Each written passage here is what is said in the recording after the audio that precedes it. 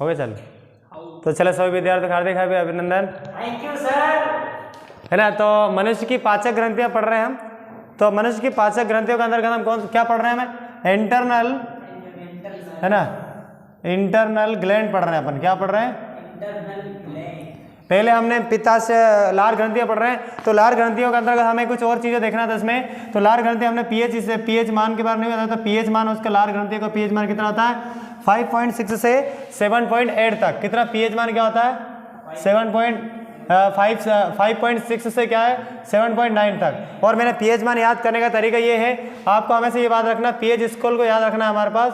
PH scale मतलब 1 से लेकर 14 तक होते हैं, बीच में 7 होते हैं, ये ना बीच में ये उदासीन होता है। बीच क्या होता है? ये उदासीन। यदि आपको अम्ल की बात, अगर अम्ल का पीएच मान जैसे लार है, तो लार का भी लार है, लार है अम्ल है, क्या है? अम्ल है। तो याद रखना पीएच मान हमें तो 7 से नीचे होंगे। यदि क्षार है, क्षार की बात कर रहे हैं, तो हमें तो 7 से ऊपर क्या होंगे? 7 से ऊपर। इतना याद रखना है।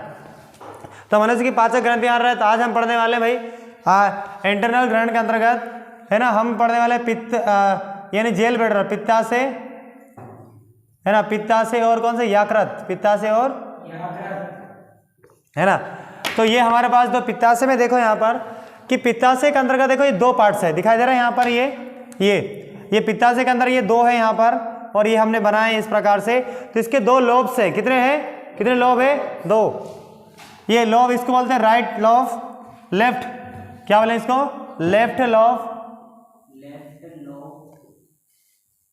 लोब क्या है? लोब। लेफ्ट लोब और दूसरा साइड है राइट लोब। आर लिखते हैं अपन, राइट लोब, राइट लोब वही है। अब ये 2 लोब आपस में जुड़े हैं। क्या है? 2 आपस में, ये दोनों, ये लोब जो है अलग अलग जो लोब यहाँ पर हैं, ये दोनों आपस में, ये लोब क्या है? एक हमारे पास एक लिगामेंट के द्वारा जुड़ा है। तो मालूम है हड्डियों को हड्डियों से जोड़ने वाले, अगर किसी हड्डियों से हड्डियों को जोड़ने वाले, अगर किसी अस्थि की बात करें, है ना, तो अस्थि को अस्थि से जोड़ने की अगर जोड़ते हैं उसको क्यों स्पेसी को हम क्या बोलते हैं? लिगामेंट, है ना। अस्थि को अस्थि से जोड़ने वाले तंत्र को हम क्या बोलेंगे? लिगामेंट। ये बीच में क्या है? लिगामेंट है। ये बीच में हमारे पास क्या है? लिगामेंट है। ये क्या है? तो उस लिगामेंट का क्या है? अस्थि को अस्थि, अस्थि से अस्थि से जोड़ने वाले को हम क्या बोलते हैं? हाँ, है ना, लिगामेंट। क्या बोलेंगे? लिगामेंट। उस लिगामेंट का क्या नाम है तब? है ना, फेसी,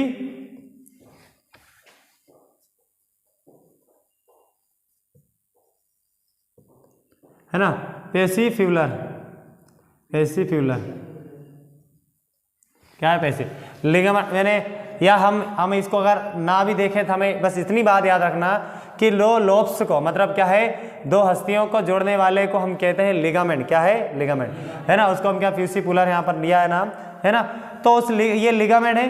तो इधर, और ये लिगामेंट जो हमारे पास ये यकृत है, ये क्या है? ये यकृत है ना। ये पूरा क्या है? यकृत है, हम जिसको लीवर बोलते हैं। ये लीवर जो है, ये लीवर किसके नीचे? ये लीवर है डायफ्राम के नीचे। किसके नीचे है ये? डायफ्राम। क्या बोलेंगे इसको? ये डायफ्राम है। तो डायफ्राम के नीचे, इतनी बात याद रखना यहाँ पर, ये डायफ्राम। लीवर किसके नीचे है? डायफ्राम। तो लीवर के देखें इतनी बात। तो लीवर की बात करें तो लीवर वास्तविकता में क्या है? तो लीवर जो है वो आपके जो ग्लूकोज है, क्या है? ग्लूकोज। क्या है? ग्लूकोज। ये ग्लूकोज को क्या है? ये ग्लाइकोजन के रूप में संचित रखता है। किसके रूप में? मतलब ग्लाइकोजन आपकी कोशिकाओं में पहुंच गया। ग्लाइकोजन आपकी कोशिकाओं में, ग्लाइकोजन में पहुंच गया। अभी आपको भूख लग रहे हो, आपको भूख लग रहा है, आपने भोजन खा लिया, उस भोजन हमारे शरीर में कोशिकाओं को मतलब ताकत यानी शक्ति दे दिया, ऊर्जा दे दिया। क्या है? तो हमने ग्लूकोज हर भोजन में बताया है। ग्लूकोज का आपने क्या है? ग्लाइकोजन मतलब जो भी भोजन हमने ग्रहण किया वो भोजन में ग्लूकोज क्या है? ग्लूकोज बना, और ग्लूकोज बनने के बाद हमारी कोशिकाओं तक पहुंच गया तो क्या है? ग्लाइकोजन पहुंच गया। क्या है? ग्लाइकोजन। अब देखो, और इसका विपरीत, है ना, इसका विपरीत और क्या करता है? ये क्या? ये, और अगर आपको भूख लग गया, बहुत ज़्यादा भूख लग गया, क्या है? भूख लग गया, तो ये क्या करता है? ये ग्लाइकोजन को किसे बदल देगा? ये ग्लूकोज में। किसे बदल देगा? ये ग्लूकोज में, है ना। तो ग्लूकोज में बदल गया तो फिर आपको अपने को फिर ये भोजन मिल जाएगा ग्लूकोज। कुछ बात समझ आ गई? इतने। और तीसरा यकृत के अपन बता रहे हैं, याद करिए कार्य है इसके, फंक्शनल ऑफ लीवर, है ना।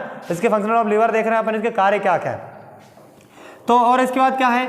इसमें एक केरोटीन नामक एक कोशिकाएं पाए जाती। क्या नाम है? कौन सी कोशिकाएं हैं? केरोटीन कोशिका, सेल्स है यहाँ। तो वो सेल्स क्या कर? विटामिन ए, क्या है? विटामिन विटामिन ए, डी और सी का क्या है, संश्लेषण करती है। क्या है, विटामिन ए तथा डी का क्या करती है, संश्लेषण करती है ना। विटामिन ए की कमी से कौन सा रोग होता है मालूम है तुम्हें, रतौंधी। क्या है, विटामिन डी की कमी से कौन सा बीमार होता है बताओ, क्या होता है, पता है कि नहीं, रिकेट्स। विटामिन सी की कमी से स्कर्वी, आया समझ में, ये बातें हमें पता होना चाहिए।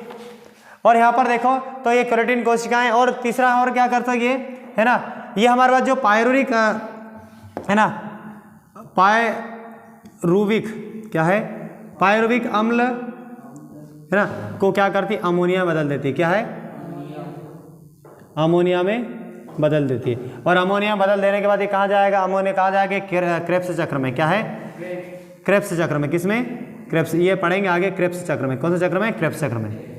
ये तो इतनी बात हमारे पास, इसका मेन जो कार्य हमें इतना पता होना चाहिए, है ना। और साथ ही साथ ये क्या आती है, और ये क्या, ये हमारे पास जो है ना, ये पित्त वर्णक का निर्माण करती है। किसका, पित्त वर्णक का क्या है, पित्त वर्णक का क्या है, पितृ वर्णक को क्या है, स्त्रावित करते हैं। पित्त रस को स्त्रावित कौन करती है ना, स्त्रावित करती है। तो तुमसे पूछा जाएगा पित्त रस को कौन स्त्रावित करती है, मतलब तो पित्त रस को कौन स्त्रावित करती है, यकृत, याद रहा। तो स्रोत है एक प्रकार का, या पित्त रस का स्रोत कौन सा, यकृत है, मुख्य बात है ना।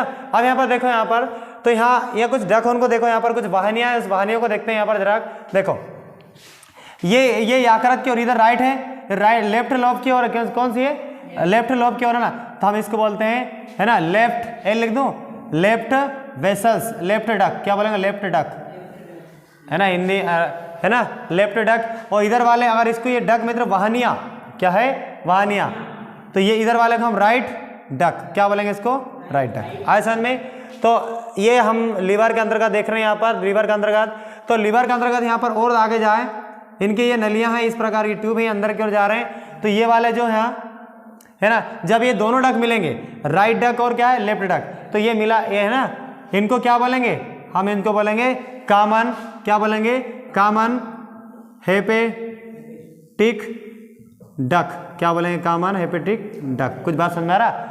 हम हेपेटिक शब्द क्यों हो सकता है, कारण ये कि लेफ्ट डक को, अगर लेफ्ट डक की ओर थोड़ा यहाँ पर देखे जाए, इसको मॉडिफाई और करें, तो लेफ्ट हेपेटिक, क्या बोलेंगे, लेफ्ट हेपेटिक डक, क्या बोलेंगे, लेफ्ट हेपेटिक डक, क्या लेफ्ट हेपेटिक डक। इधर का देखे जाए, इधर को क्या बोलेंगे, इधर भी उस पर right hepatic duck, right hepatic duck.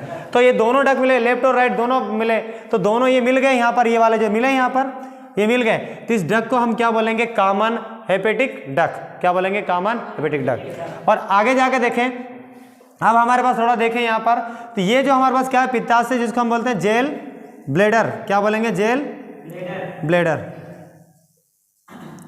क्या है, जेल ब्लेडर।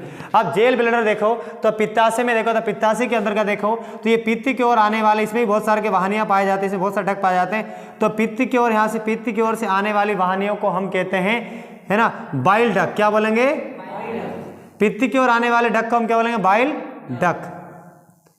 पित्त की ओर आने वाले डक को, वाहिनियों को हम क्या बोलेंगे, बाइल डक। अब देखो ये क्या है, कॉमन हेपेटिक डक है, क्या है ये, कॉमन हेपेटिक डक। तो कॉमन हेपेटिक डक और यहाँ पर ये बाइल डक इधर से आया, ये दोनों मिले, यहाँ पर दोनों क्या है, मिल गए, ये डक का निर्माण किया। अब देखो इसमें दोनों मिला, पित्त की ओर से भी डक आया, पित्त की ओर से वाहिनी आया, और यकृत की ओर से आया, दोनों मिल गए। तो अब ये दोनों मिल गए, तो हम इसको हम क्या बोलेंगे, इसको हम बोलेंगे, तीन का नाम है क्या बोलेंगे इसको, कॉमन, है ना, कॉमन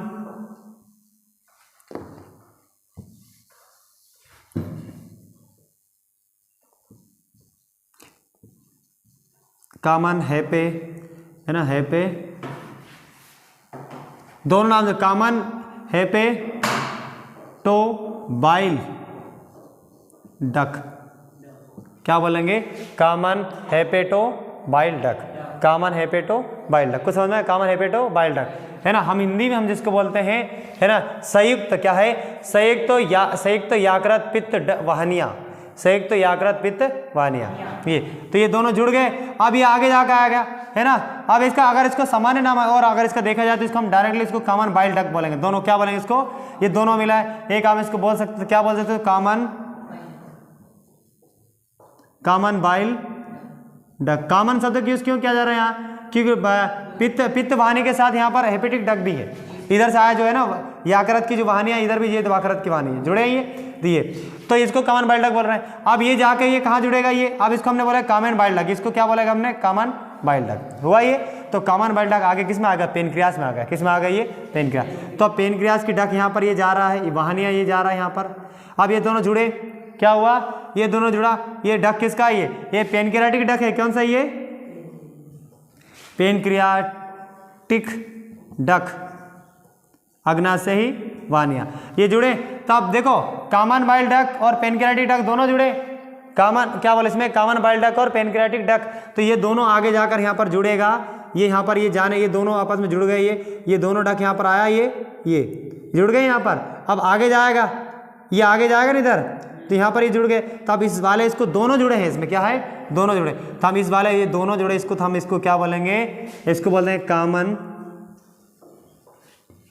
क्या बोले इसमें, इसको दोनों नाम है कॉमन शब्द क्यों नहीं, पेनक्रियास, देखो पेनक्रियास ही आ रहा है, अग्नाशय की ओर आ रहा है, अग्नाशय और यहाँ पर हेपेटिक की ओर आ रहा है, तो हम इसको बोल देंगे है ना कॉमन हेपेटो पेनक्रियाटिक, क्या बोलेंगे है ना पेनक्री आई है टिक डक, हिंदे हम बोलेंगे याकृत अग्नाशयी वाहनिया, याकृत अग्नाशयी वाहनिया हो गया। अब लास्ट में ये, अब ये जो आगे, अब ये कहाँ से ये पित्तरस कहाँ चले गया, यहाँ चले गया, किस में चले गया, ये कौन सा, ये छोटी आंत के कौन सा भाग है, ओडीआई में, कौन सा उडेनिया में है ना, ड्यूडेनियम, सॉरी ड्यू है ना, ड्यूडेनम, क्या है ड्यूडेनम, किस में चला गया ड्यूडेनम। अब ड्यूडेनम में चले गया, अब तो ड्यूडेनम में जाने के बाद यहाँ पर ड्यूडेनम में चले गया, तो यहाँ पर एक स्पिंचर है, क्या है अवरोधनीय है, कि भैया डायरेक्ट खुला रोकने के लिए, उस पित्तरस जो आएगा ना इधर से, पित्तरस ने स्थापित किया, पित्तरस यहाँ आया, यहाँ पर ये पित्तरस बनेगा, तो पित्तरस यहाँ बना, तो यहाँ पित्तरस डायरेक्टली इधर जाएगा है ना, ये अग्नाशयी रस यहाँ आएगा, पेनक्रियाटिक जूस ये सब जाएंगे, तो यहाँ पर क्या है इसको रोकने के लिए, क्या है इन सभी रसों को रोकने के लिए यहाँ पर ODDI यहाँ पर स्पिंचर होगा, क्या होगा ODDI स्पिंचर, क्या आएगा स्पिंचर, स्पिंचर वाह ये हुआ। अब लास्ट हमारे पास एक चीज ODI स्पिंचर मतलब रोकने के लिए है ना, ड्यूडेनम अवरोधनी हम जिसको बोलते हैं। अब लास्ट में हमारे पास पित्तरस के बारे में देखें, तो पित्तरस का क्या है, तो पित्तरस के यहाँ पर बारे में देख रहे हैं अपन, पित्तरस के पित्त जेल बेडर के बारे में, पित्तरस तो पित्तवर्णक, पित्तरस में क्या पाए जाते हैं पित्तवर्णक, कौन स्रावित कर रहा है पित्तवर्णक को, याकृत, कौन याकृत कौन कर रहा है ये याकृत, तो पित्तवर्णक क्या आता है, तो पित्तरस में पाए जाते हैं बिलीरुबिन, क्या है बिलीरुबिन तथा बिलीवर्डिन, बिलीवर्डिन ये वर्डिन, ये क्या करते, इनकी सांद्रता बढ़ जाने के कारण, इनकी सांद्रता मतलब क्या है, इनकी सांद्रता इनकी से ये पित्तवर्णक की सांद्रता बढ़ जाने के कारण क्या होता है हमारे क्या है कौन कौन से नाखून और त्वचा, नाखून और त्वचा क्या हो जाते हैं पीले हो जाते हैं, क्या हो जाते हैं ये त्वचा क्या हो जाते हैं पीले हो जाते हैं, क्या हो जाते हैं पीले हो जाते हैं, तो है ना पीले या हम सफ़ेद पीले या सफ़ेद हो जाते हैं। जिस आप इसकी जो है इसके कारण क्या होता है, हमें कौन सा रोग होता है मनुष्य में, पीलिया रोग, कौन सा रोग होता है पीलिया रोग होता है, पीलिया रोग होता है यहाँ पर, तो ये इसके कारण है। तो पित्तरस में यहाँ पर पित्तवर्णक है, यहाँ पर पित्ताशय के अंतर्गत क्या पित्ताशय हम देख रहे हैं यहाँ पर है ना, पित्ताशय यानी पित्ताशय में पित्तवर्णक पाया जाए, कहाँ से स्रावित होता है ये पित्तवर्णक से, कहाँ से पित्तवर्णक से। तो पित्तवर्णक की बात करते हैं बिलीरुबिन तथा बिलीवर्डिन क्या है हमारे पास, ये है पित्तवर्णक है, इनकी अधिकता मतलब इनकी सांद्रता बढ़ने के कारण क्या है नाखून तथा त्वचा पीले पड़ जाते हैं, सफेद हो जाते हैं, इससे हमें पीलिया रोग हो जाता है। तो पीलिया रोग है, पीलिया रोग के लास्ट की बात करें तो पीलिया रोग जो होता है वो याकृत है ना, याकृत कोशिकाओं में पाए जाने वाले विषाणु के संक्रमण के कारण भी होता है। ये पीलिया रोग कैसे होता है, याकृत कोशिकाओं में पाए जाने वाले क्या है विषाणुओं के इन्फेक्शन के कारण भी होता है, संक्रमण के कारण भी होता है ना।